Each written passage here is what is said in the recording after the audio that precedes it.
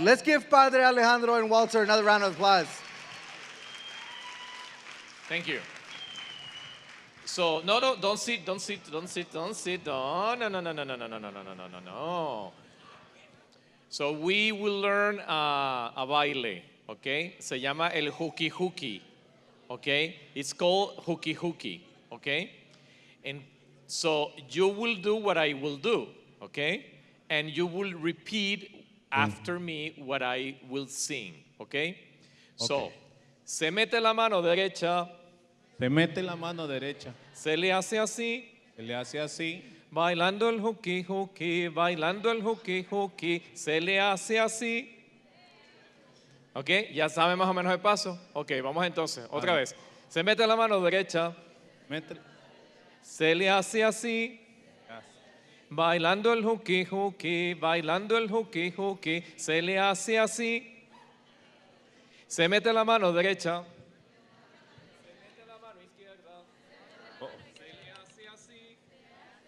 Bailando el hooky hooky, bailando el hooky hooky, se le hace así. Se mete la mano derecha, se mete la mano izquierda, se mete el pie derecho, se le hace así. Bailando el hooky hooky, bailando el hooky hooky, se le hace así.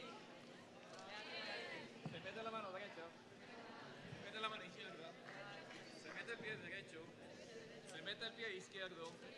Se le hace así. Bailando el hooky hooky, bailando el hooky hooky, se le hace así. Se mete la mano derecha, se mete la mano izquierda, se mete el pie derecho, se mete el pie izquierdo, se mete en la cabeza, se le hace así. Bailando el hooky hooky, no el hooky hooky, se le hace así. Ok, el último, se mete la mano derecha.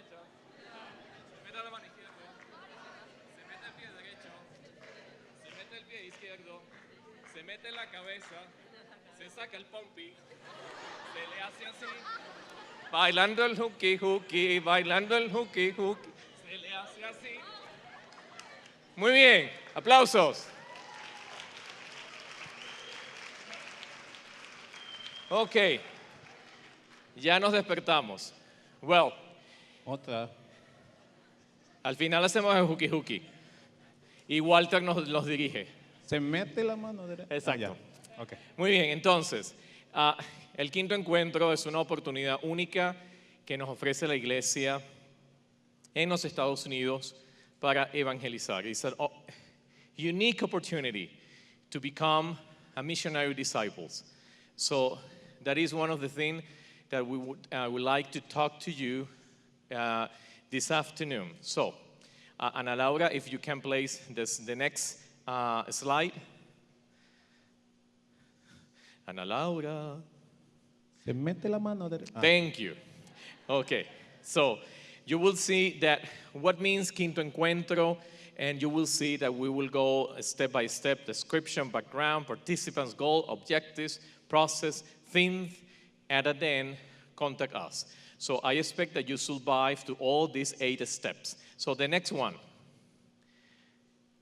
Everybody is invited to participate in the Quinto Encuentro. The Quinto Encuentro is a 4-year process that everybody is invited to participate with reflection and action. Who is invited? Everybody. Everybody. That doesn't mean that, because I am not Hispanic, I am not Latino, I am not invited to participate. Everybody is invited. Even dogs, cats, horses, everybody. So nobody can leave behind. So in the United States. So next one. Next one. Okay. So to everybody's invited to an intense process of. So we can read it. The first one. The second one. Third. And fourth,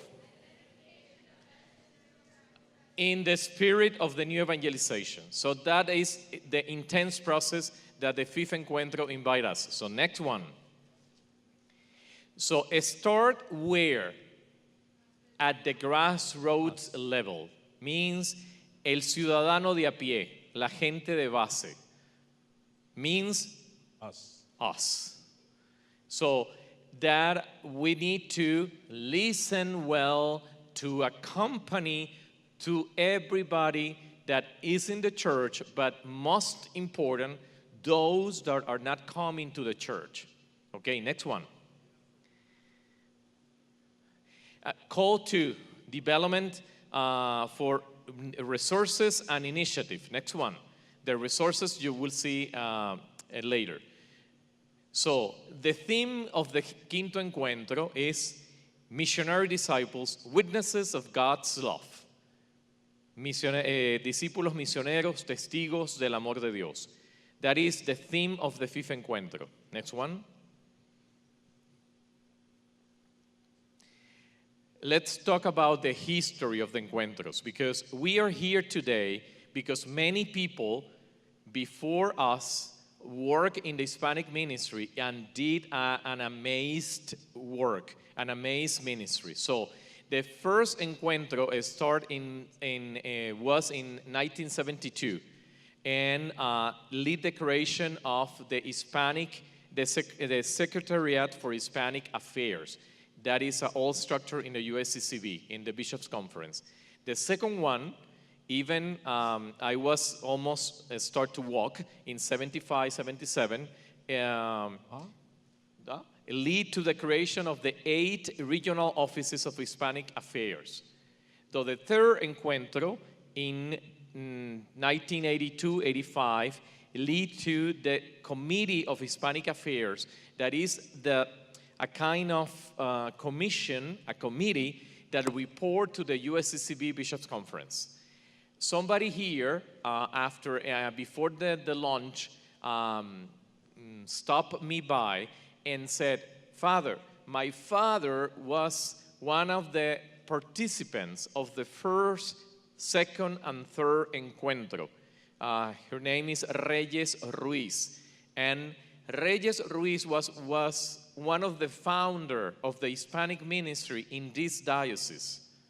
So you have a lot of people ahead of you that have been and has worked in the Hispanic ministry very hard." The next one.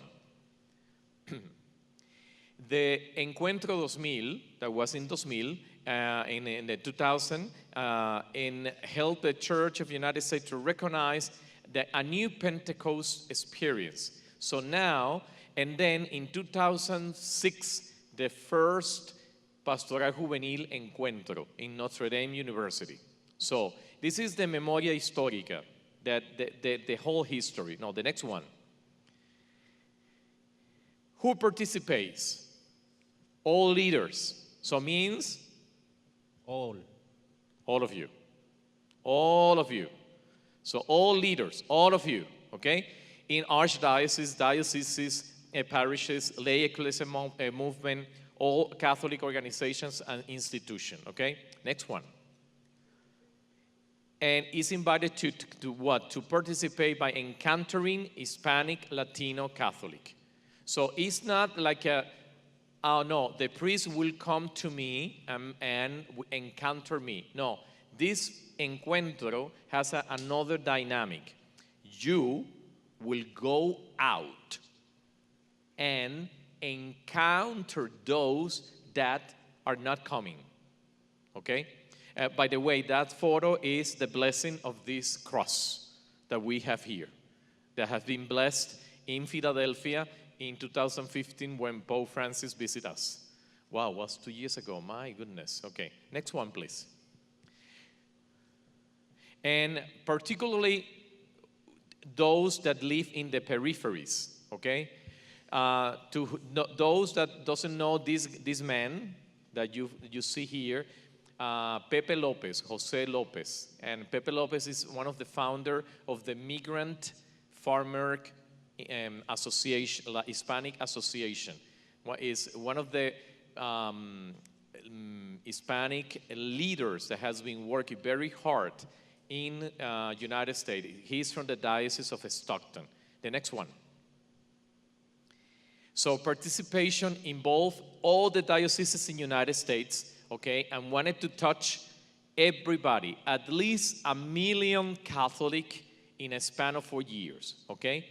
All ministries are expected to be represented, okay? So next one, the goal.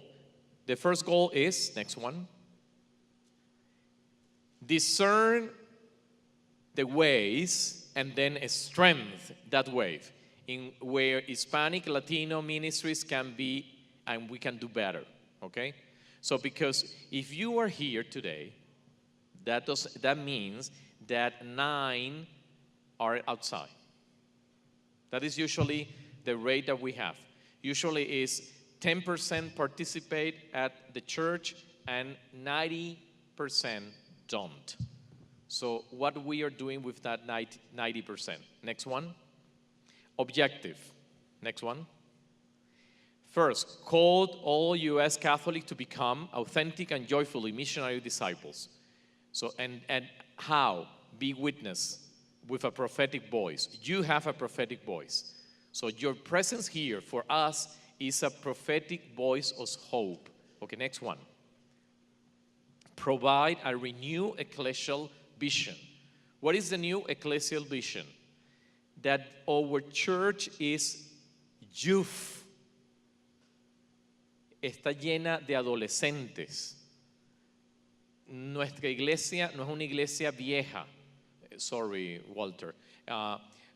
Nuestra iglesia no es una iglesia de viejitos.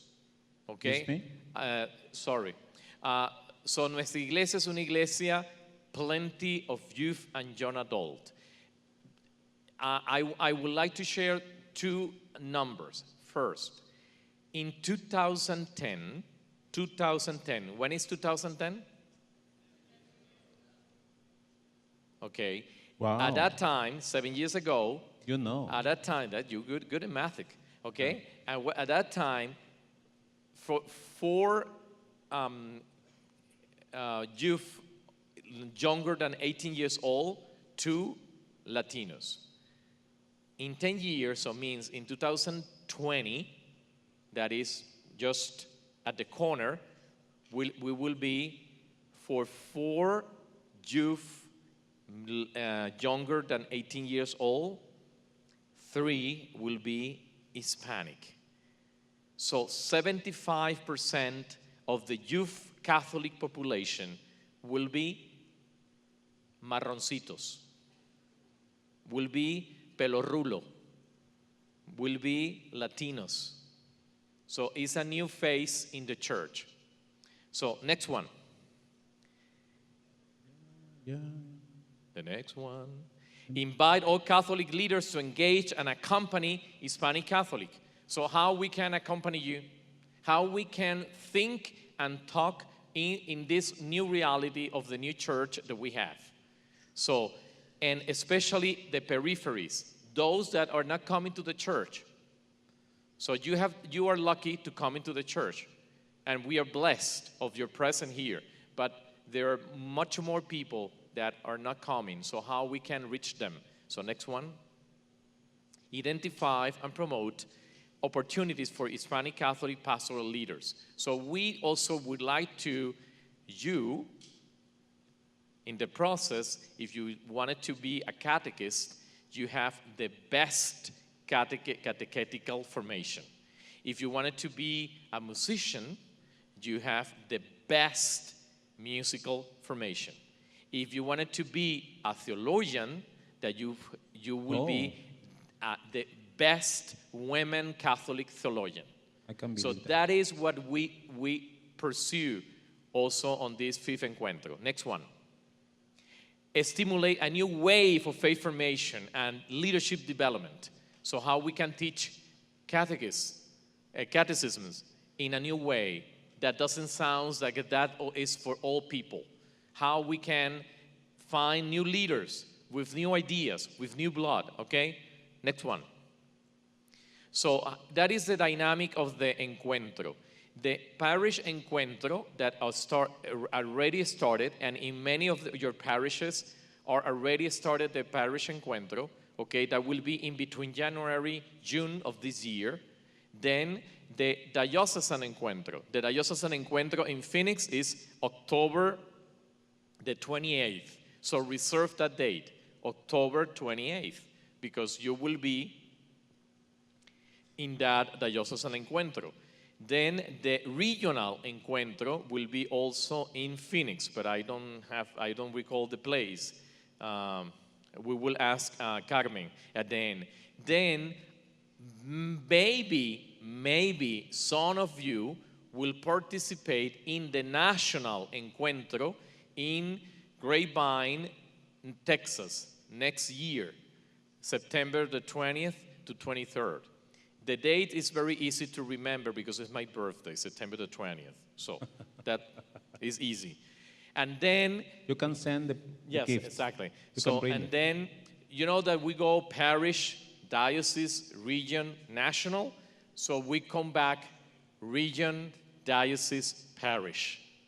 So means that we are talking about not only up to 2018, but 2020. Okay, next one. In the next one, how we can prepare the parish encuentro is through this guide. This guide that in all your parishes you will receive, and also if you have a mobile cell phone, that I think everybody has a mobile cell phone, What is that? you can download the application Fifth Encuentro. You go to Android.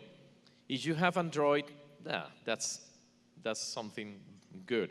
But That's if you okay. have the best iPhone, so as you can go to Apple Store and download the Excuse me. Fifth Encuentro, okay, Again. application.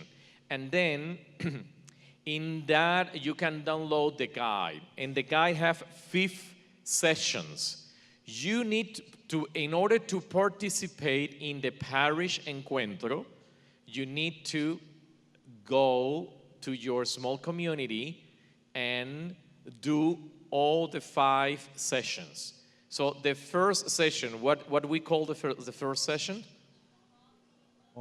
Encounter with Jesus. And we will do the first session today, right now. Then, with words and actions, do it. Walking together with Jesus, bearing fruits of new life, celebrating the joy of being missionary disciples. So this guy lead you and say to you whatever you need in order to do the 5 sessions. Next one. So we stop here and Walter will follow because we will start to do the first session in order that you have the taste what means the first session and how you can do that in your parishes with your apostolic group. Okay. Could you raise your hand, los que sabían o saben where your parish is doing with the fifth encuentro? Your parish? Just me? Okay. 2. Raise your hands. You listen this in your parish. Raise your hand. Okay. So now, los que no han escuchado, you go back to your parish and ask, please invite me to the process of the fifth encuentro. Okay? Okay? Do you remember what I said yesterday? Knock the door of the rectory and say to the pastor, listen, sit down. Okay? And I wanted to talk about the fifth encuentro. Okay? I want to do the fifth encuentro in the parish. Okay? You invite him to a cafe. In the cafe, you mix with chile. So the cafe is picoso. Okay? So, and then you talk to him. They will do it. Yeah, you talk to him and say, now we will do the fifth encuentro, okay? Ustedes son bien obedientes, ¿verdad? Muy bien, vamos a comenzar nuestra sesión primera, Call to a Loving Encounter with Jesus in the Church. Para eso quiero invitarlos a ustedes a escuchar the reading of Luke. And I wanted to invite you also to open your heart listen, put it in your heart, and be this moment to the encounter with Jesus at the same time we do this. I want to invite you to ponerse de pie, por favor.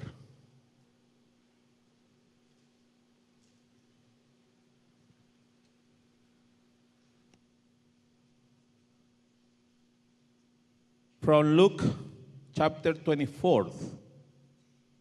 Now that the very day 2 of them were going to a village 7 miles from Jerusalem, called Emmaus, and they were conversing about all things that had occurred. And it happened that while they were conversing and debating, Jesus itself drew near and walked with them, but their eyes were prevented from recognizing him. Palabra de Dios.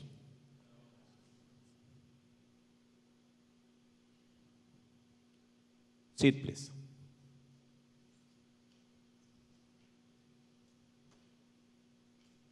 I want to invite you today in this first part of the reflection to see. Los quiero invitar a ver. Pero I want to start to see with no seeing. Lo quiero invitar a cerrar sus ojos. Estamos acostumbrados a veces a cerrar los ojos cuando vamos a orar, ¿verdad? Pero ahora los quiero invitar a cerrar los ojos para no ver, simplemente. Close your eyes. No seeing. Se pueden imaginar con los ojos cerrados lo que sería el mundo de diferente si no vieras. Manténlos cerrados unos segundos. Y quiero invitarte, ahora que los cerraste, a que los vayas abriendo poco a poco. Little by little, open your eyes. Y te quiero invitar a que notes algo alrededor tuyo que no habías notado. Puede ser la cara del que está next to you.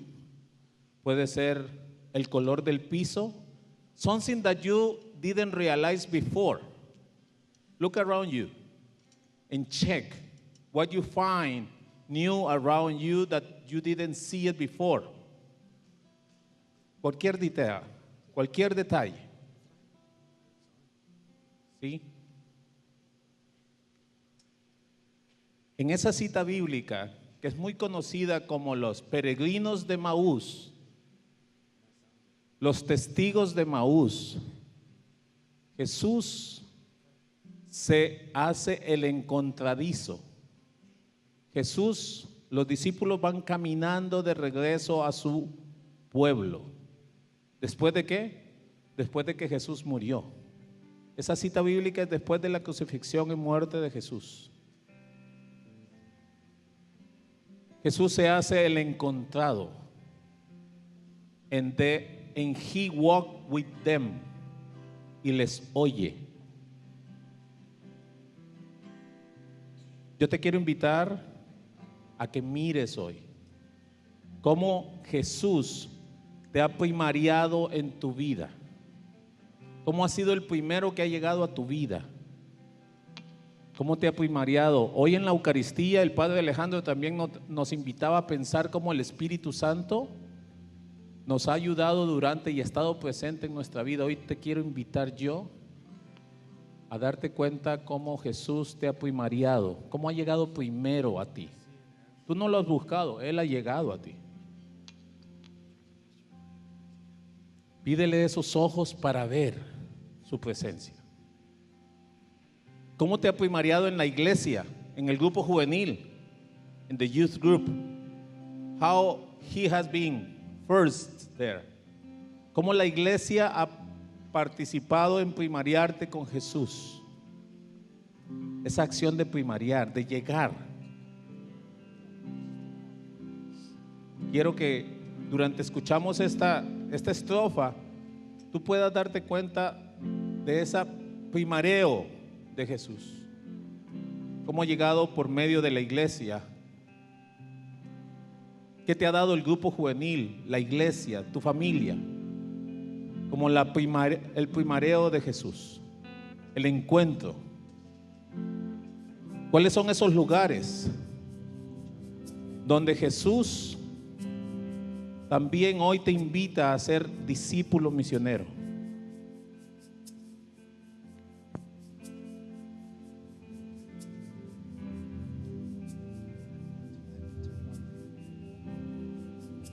Pídele que te dé tus ojos, sus ojos, tu ser, para esa primariar.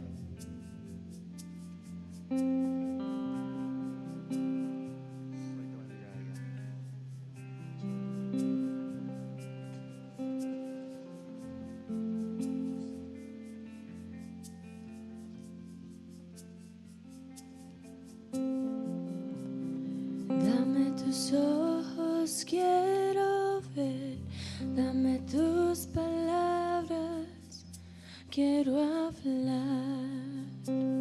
¿Dónde Jesús te ha primariado? Dame tu parecer. ¿Dónde Jesús ha dejado sus palabras en ti, sus acciones de otros en ti?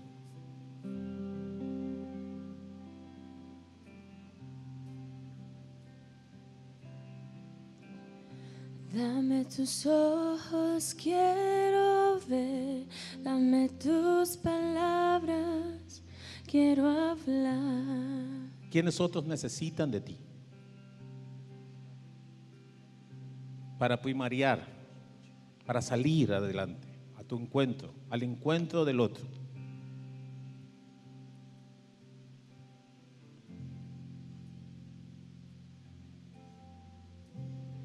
Dame tus ojos, quiero ver, dame tus palabras, quiero hablar. Pídele ahora al Espíritu Santo que sea el que te ayude a ver cómo Jesús se ha encontrado contigo y ha caminado contigo.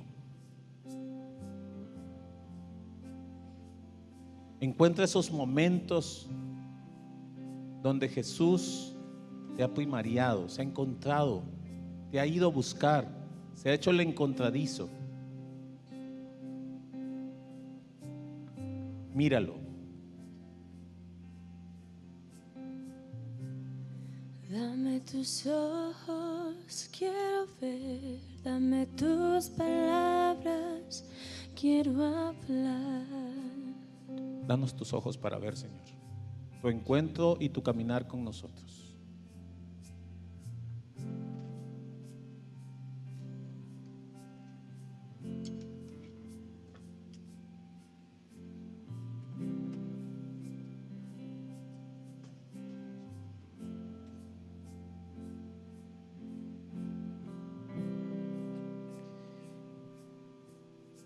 Y el Señor nos ha primariado para llamarnos a ser sus discípulos.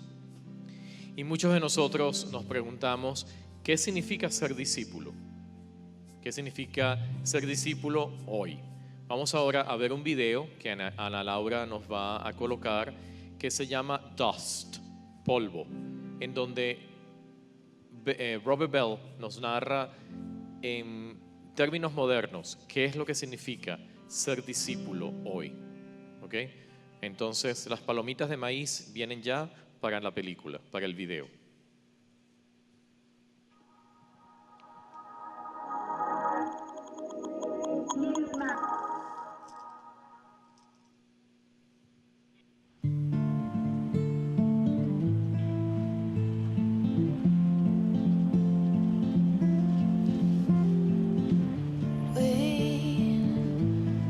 For the day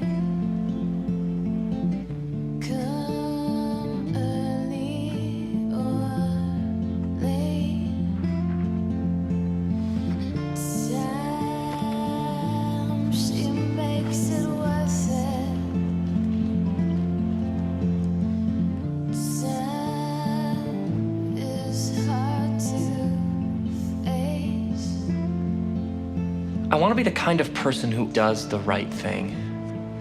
And I don't just mean the big things where right and wrong are obvious and easy, but I mean the small things, the subtle, unnoticed things, like helping my neighbor when she's shoveling a driveway. You know, what I do when no one's watching. Because it's so easy to let those small things slip away. And it's those endless choices that we make every day that shape us and the kinds of people that we are.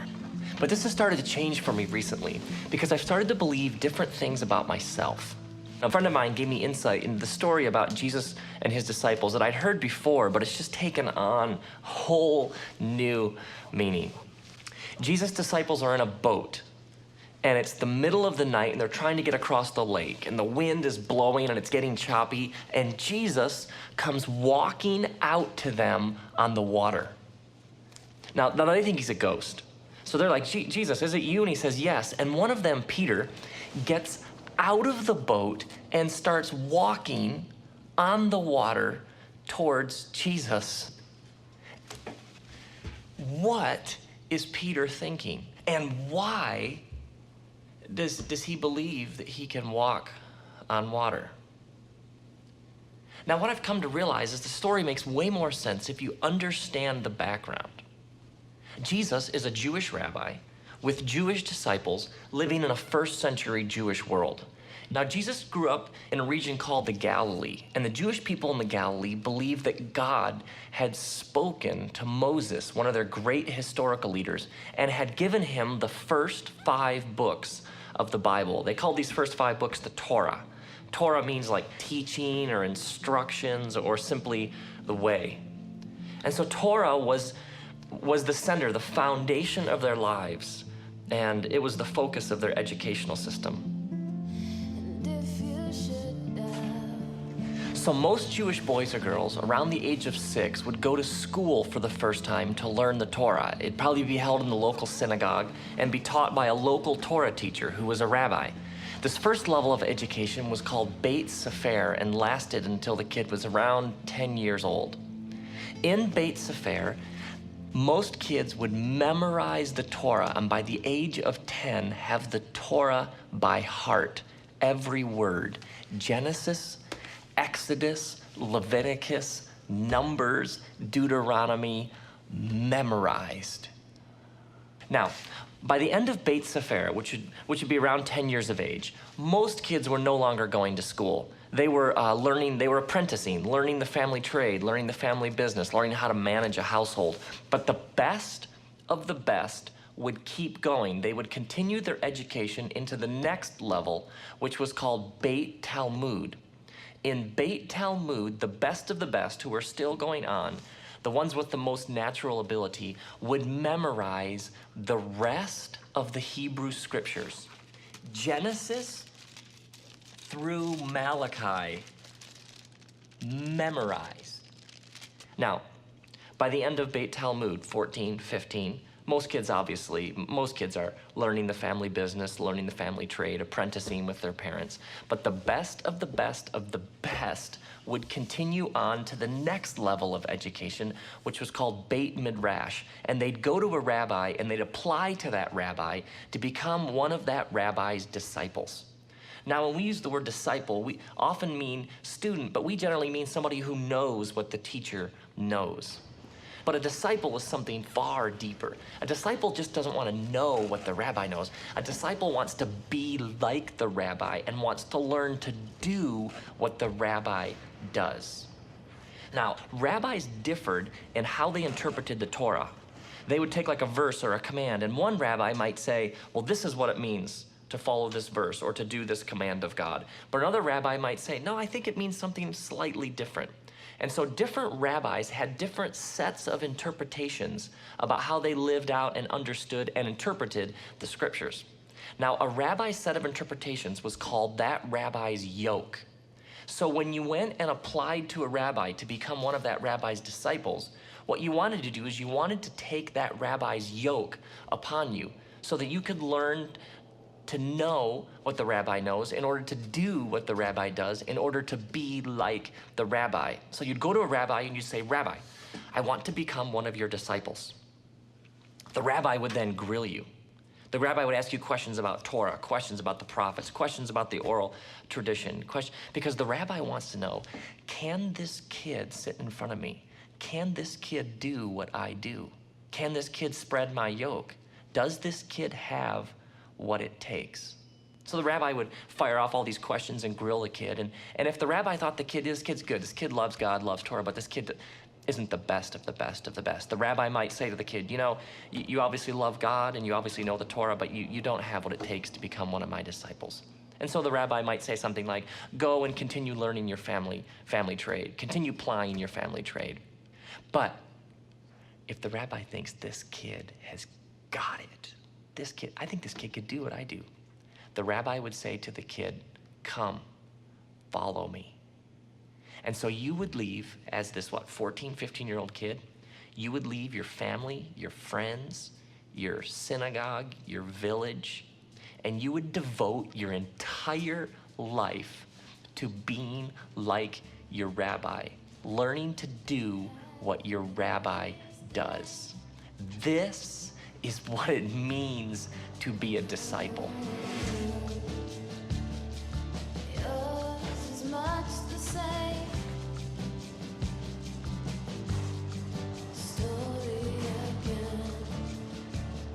So a rabbi comes to town, a powerful rabbi. He's got like his little pack of disciples with him, and they're doing everything they can to keep up with him because they've devoted their lives to doing what their rabbi does. So if you're a disciple, by the end of the day with your rabbi traveling on these hot, dusty, dirty roads, you've got whatever your rabbi stepped in just caked all over the front of you. And so this saying developed among the wise men and the sages that you would say to a disciple, you'd say, may you be covered in the dust of your rabbi. This is a scene that everybody had seen this. They knew exactly what it meant to be covered in the dust of your rabbi.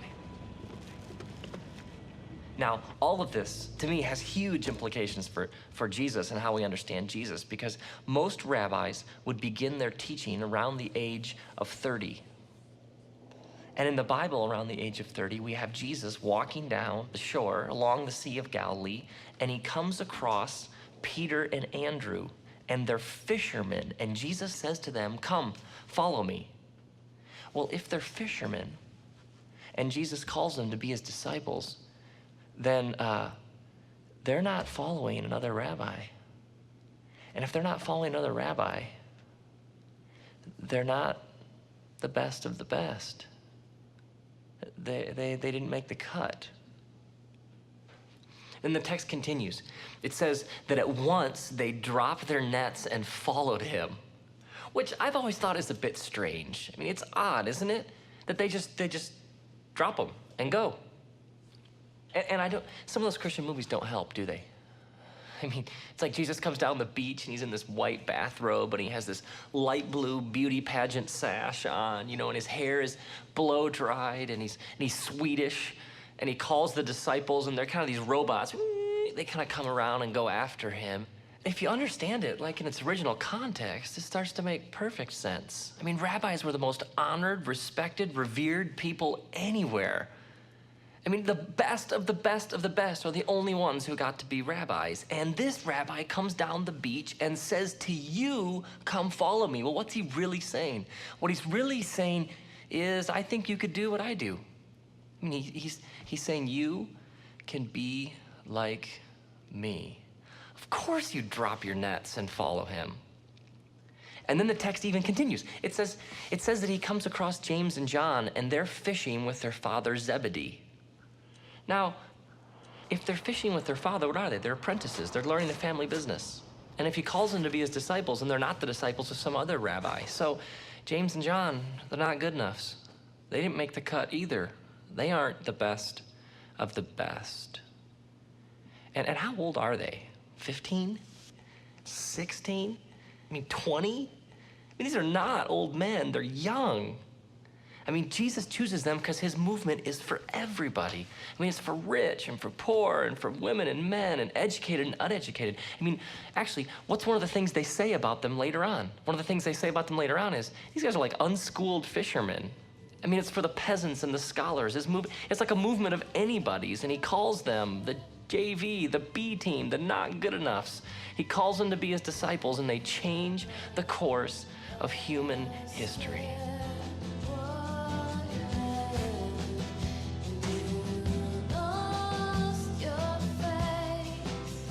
So back to the walking on water thing. I mean, you have this boat full of anybody's, and the water's choppy and the wind's blowing, and they're terrified because this Jesus comes across the water to them, and they think he's a ghost.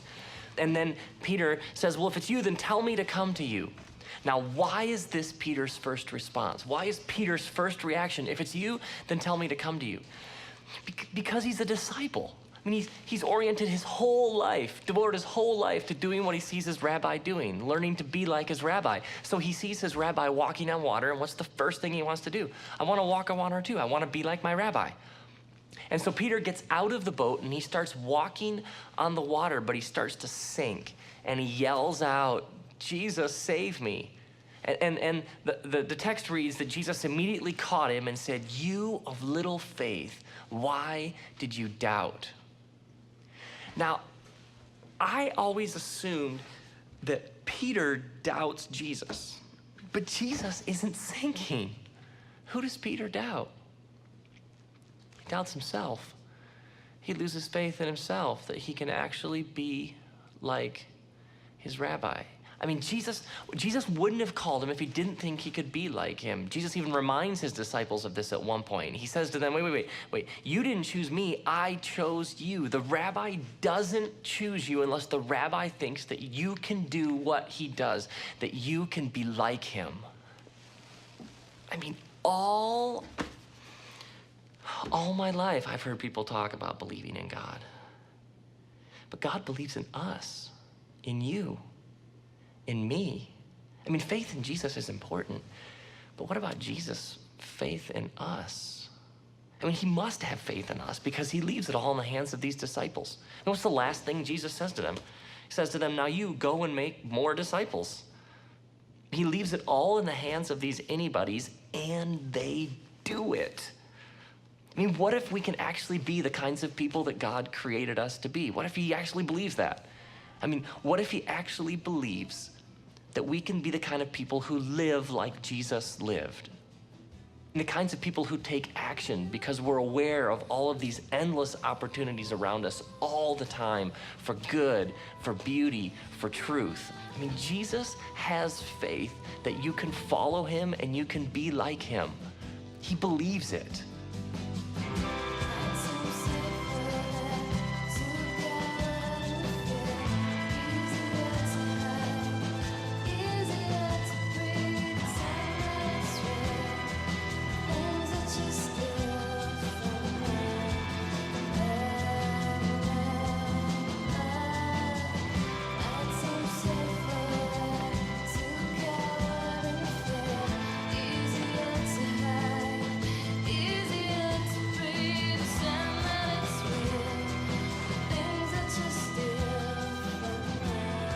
May you believe in God, but may you come to see that God believes in you. May you have faith in Jesus, but may you come to see that Jesus has faith that you can be like him. A person of love and compassion and truth. A person of forgiveness and peace and grace and joy and hope. And may you be covered in the dust of your rabbi, Jesus.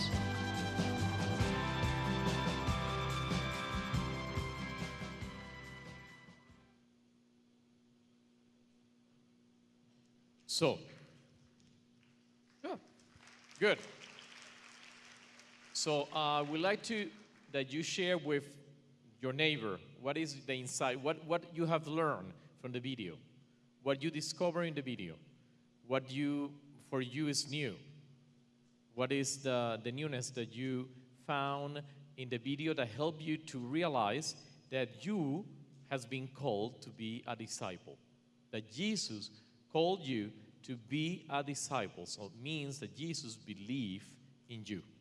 So share one another, okay? The insights.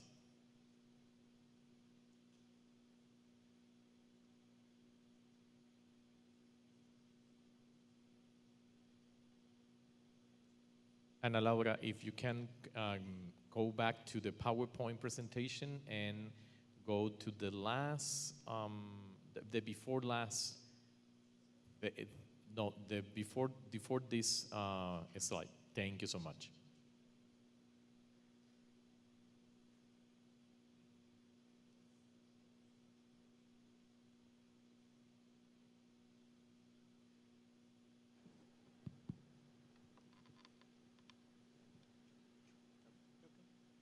So now we will work by parishes.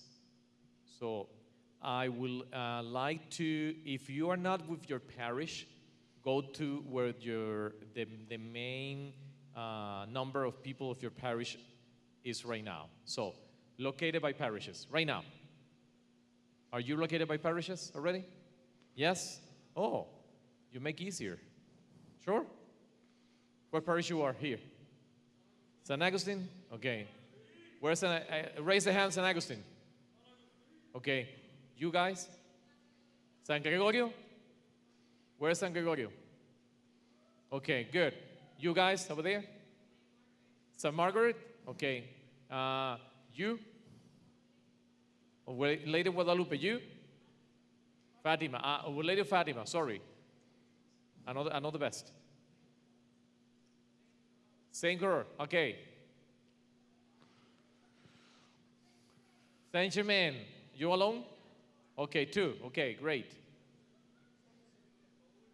San Vicente de Paul. San Vicente de Paul, okay. So please, make comfortable. So if you are, for instance, San Agustin, how many San Agustin? So make a round. San Agustin, make a round. So move the chairs, don't worry about it. San Fatima, move the chairs and make a round. The okay? chairs. Okay? They can be moved? Yes. Yes, the chairs can be moved. Okay.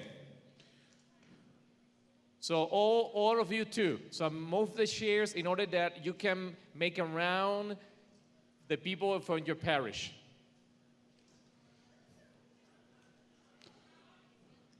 Everybody. You can sit in. You can sit at the carpet, at the ceiling, whatever you want.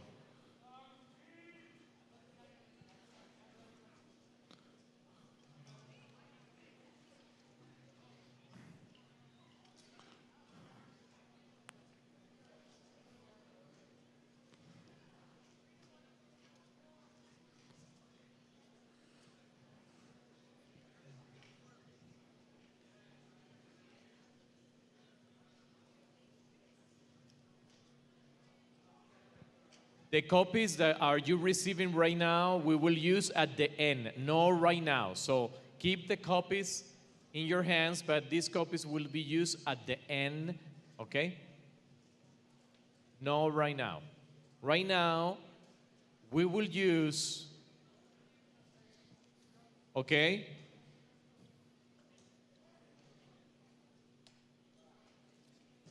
Ok, vamos a respirar hondo, respiremos hondo.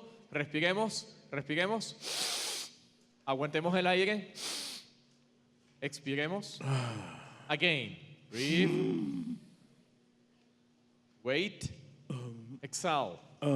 Okay, so what we can do, what you will do in your group, please answer the 3 questions that are projected on the screen. Okay? Answer the 3 questions are projected on the screen.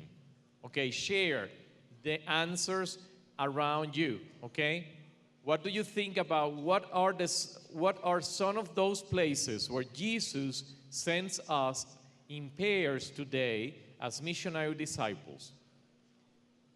Think in your parish. What areas in your parish you think that Jesus are sending you? Who are the people we need to reach out to urgently? That is a mistake over there. Instead of N is R. Okay? What attitudes, gestures, and actions can help us encounter one another in daily life, at work, school, neighborhood, for public transportation? So please, share the answers to those 3 questions. Okay?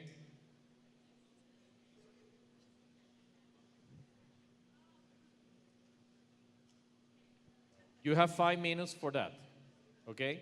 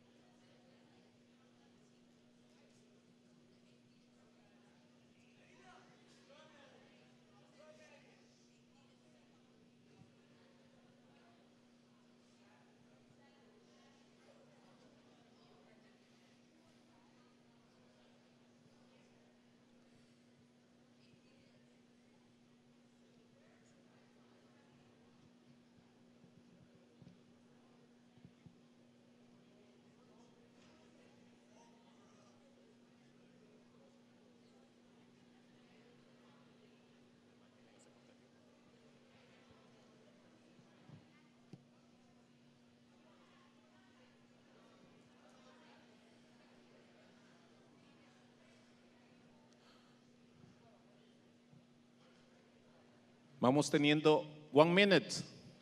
I know that some groups are really big groups, but try to do your best with the question. Answer this question and sharing.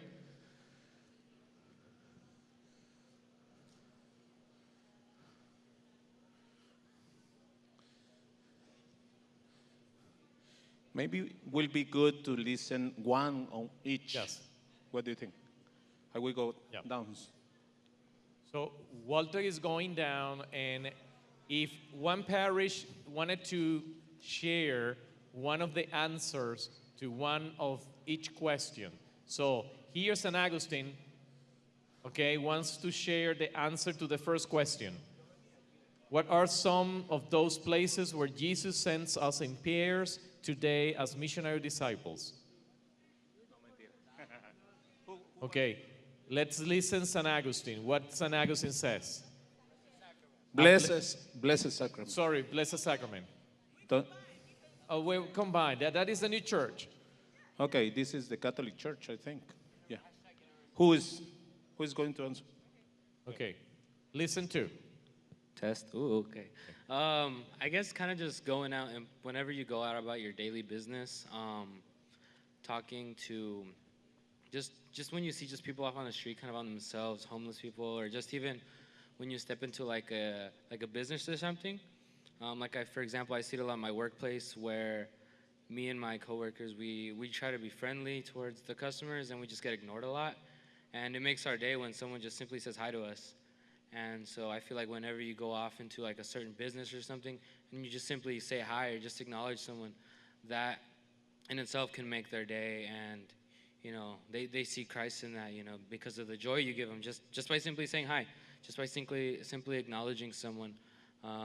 You can go there, or even just like a homeless person on the street, or just walking by someone on the daily and saying hi, or just acknowledging them for who they are, you know, a child of God, just as we all are. Good, thank you. Thank you, San Agustin of Blessed Sacrament. What is your name? Your name. Luis. Okay, Luis. thank you, Luis. And what parish would like to share that over there in Saint-Germain? Saint-Germain-des-Prés. Who? Saint-Germain, over there. No, The second you. and then the third one. You. What parish? Saint Germain.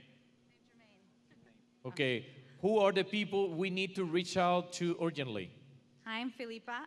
We were saying that non-practicing Catholics, because right now we're getting a lot of attacks by fellow Catholics who aren't practicing or who aren't catechized well, so to reach out to those who are hurt by the church or who have skewed views of our church by being in it. Okay, thank you, Filipa. Okay, Thank you. and the third one, ¿Por aquel lado? Allá. por aquel lado, okay. So the third one, what attitudes, gestures, and actions can help us encounter one another in daily life at work, school, neighborhood, public transportation, supermarket, faith community? Simón and Judas. San Simon and Jude, good. Pues una de las que hablamos, la tercera pregunta, ¿cuáles actitudes tenemos que tener cuando pues hablamos con los demás? Dijimos que varias veces tienes que tener pues ser felices más que nada. Muchos de los que vinieron a hablar, nos vemos acá afuera y vemos que están sonriendo y que están muy felices y eso nos hace pues queremos hablar con ellos, queremos socializar porque nosotros queremos esa misma felicidad. Así que yo creo que si vamos a compartir como jóvenes lo tenemos que hacer en grupos felices, que se vea, que radie ese amor de Cristo que tenemos en nuestros corazones. Brian. Thank you, Brenda. Thank you. Okay, thank you. So, as you see, we go through the whole first session that follow the methodology of the See, Judge, Act. So we see how Jesus take the initiative to visit us and to call us. Then the judge, we know how to be a disciple, so through the video. Now to act, how we can not only become a missionary disciples, but also going out and reach out others. So let us finish the first session with a prayer. So with the prayer, I would like to, those groups are bigger than 10 divided by 2, okay? So because the prayer will do something that you will see what I will do with Walter. So everybody needs to do it with the companion beside you. So for the prayer, at the beginning, Walter will lead the prayer, but at the beginning, at the moment of a prayer, we try to make that the other one will be blind. I'm blind now.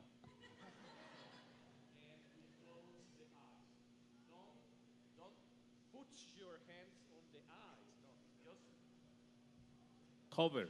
over, okay, your hands to the eyes to the others. So that is the dynamic for the prayer, and Walter lead us to the prayer. Actually, los dos lectores, ¿dónde está? Chuchu, se me perdieron. Yes. Okay. There one Coming. and the other one. Yes. Thank you. Vamos a comenzar esta parte celebrativa. Por favor, tengan todos sus hojas en algún momento porque les van a cubrir los ojos, no la van a ver, por supuesto. De eso se trata.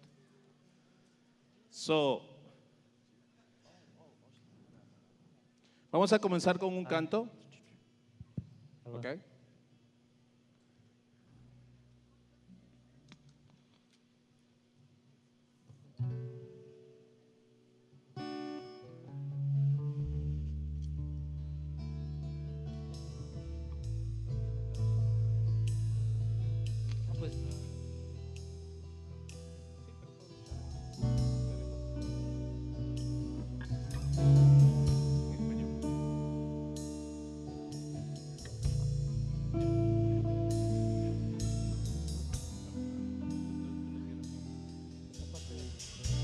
Spirit, you and my trust is without borders.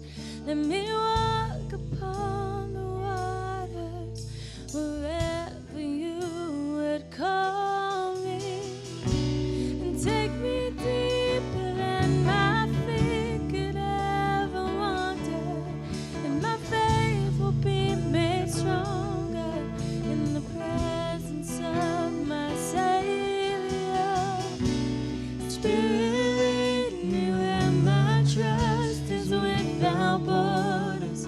Let me walk upon the waters wherever you would call me, and take me deeper than my feet could ever wander, and my faith will be made stronger in the presence of my Savior.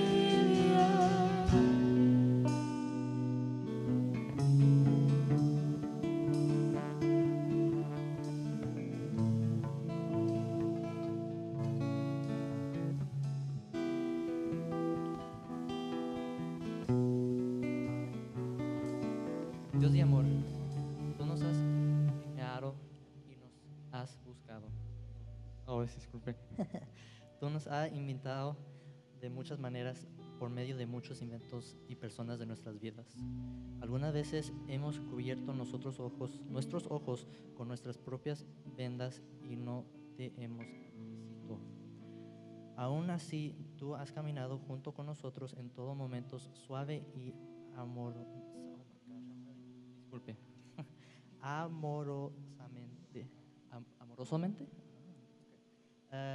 Permitimos ahora ver y tener el valor de quitarnos las vendas de nuestros ojos para verte en nuestras vidas diarias, en nuestras tristezas y alegrías, en la vida que nos rodea, en nuestros hermanos y hermanas, en la sed de experimentar quienes nos rodean. Ayúdanos a reconocer que tus ojos, tus pies y tus manos en este mundo son nuestros ojos, nuestros pies y nuestras manos extendidas hacia los demás. El mundo nos espera, envíanos.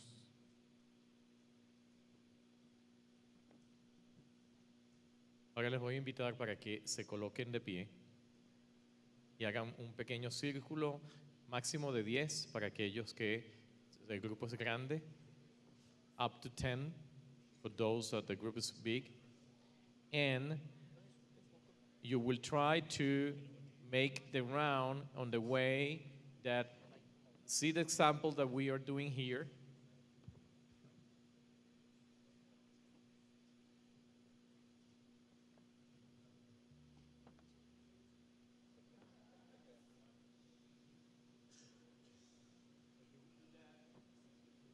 People in your circle, trying to close the eyes for a moment.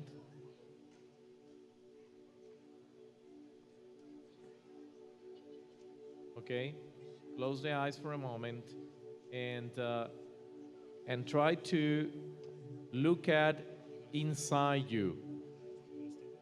What are the obstacles that don't allow us to see through? What are the obstacles that we find in my parish or in my group, in my family, that don't allow me to see Jesus that walk with me, beside me? What are the obstacles that I find in my family, with my friends? What are the obstacles that I find in my group that avoid me to feel and to see the many graces and many gifts the Lord is given to me?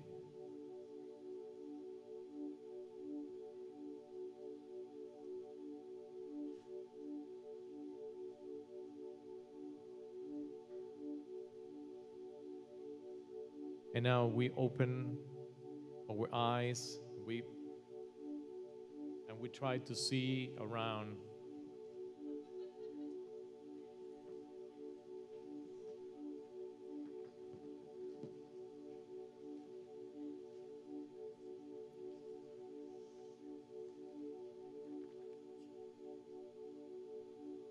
Pueden ir viendo ahora y tomando su hoja, la hojita que todos tienen. ¿Está en inglés o en español? Vamos a tomarla. Vamos a seguirla para nuestra oración en español, para que podamos responder. Donde dice todos, lo hacemos juntos y luego respondemos todos juntos.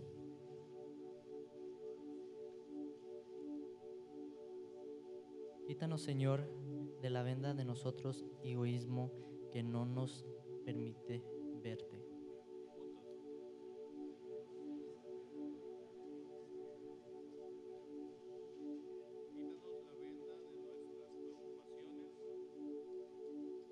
Quítanos, Señor, la venda de nuestras preocupaciones por el futuro, las cuales nos llenan de temor y no nos permiten acercarnos a los demás.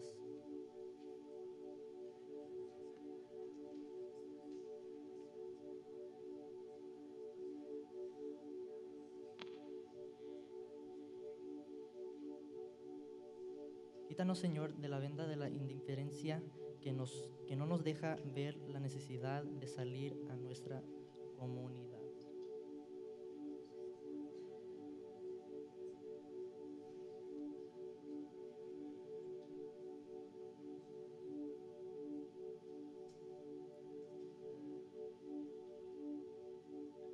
Quítanos, Señor, de la venta de nuestras obsesiones por las posesiones y el control que no nos deja reconocer que dependemos solo de ti y que solo tú eres la luz que necesitamos.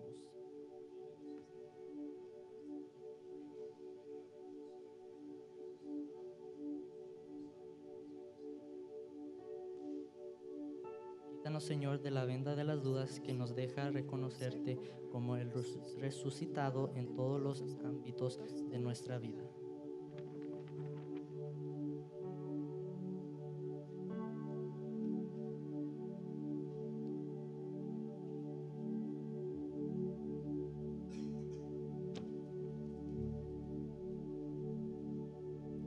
After this, the Lord appointed 72 others, whom he sent ahead of him in pairs to every town and place he intended to visit. He said to them, the harvest is abundant, but the laborers are few. So ask the master of the harvest to send out laborers for his harvest. Go on your way.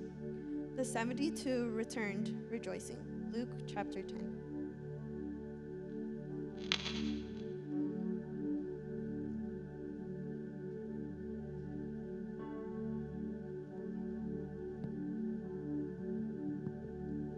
Can you hear me? Yeah. Okay, cool. Pensamos ahora en aquellas personas que necesitamos primero. You guys can hear me, right? A little bit? Yeah, okay. Okay, pensamos en aquella persona que necesitamos primerar.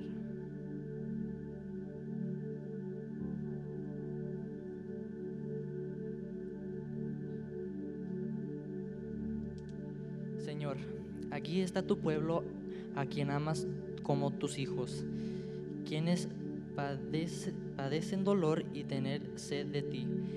Envíanos a ellos aún con nuestras debilidades. La cosecha es mucha. Hay muchas personas buenas afuera, y desde ser reconocidos como tus elegidos, tus posesiones.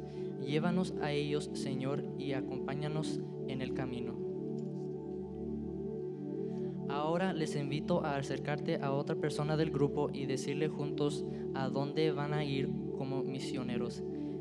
Enviemos a estos equipos de 2 misioneros y acompáñenlos con nuestra oración. Iremos, Señor. Never mind. Next. Yeah. Okay.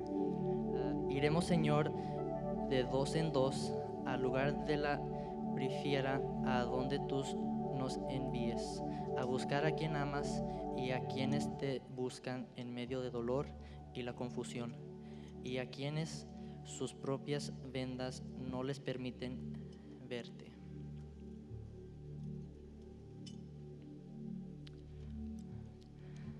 Ahora recitemos juntos la oración de Santa Teresa mientras los bendecimos mutuamente, los ojos, las manos y los pies con la señal de la cruz. Señor Jesús, tú nos acompañas de todos nuestros caminos, recordándonos que somos tu buena nueva, tu evangelio para otros. Tú nos envías y nos acompañas. Gracias, buen Jesús.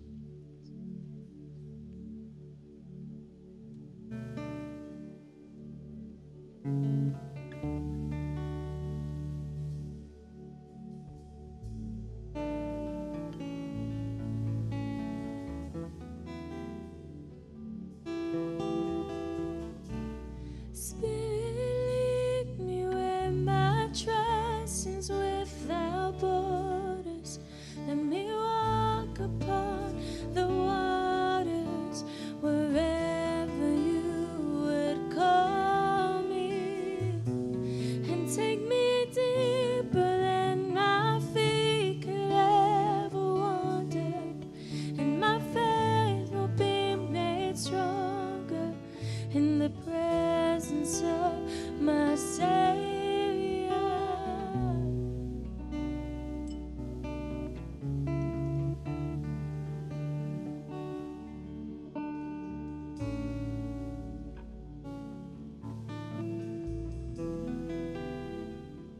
Discípulos misioneros, testigos del amor de Dios.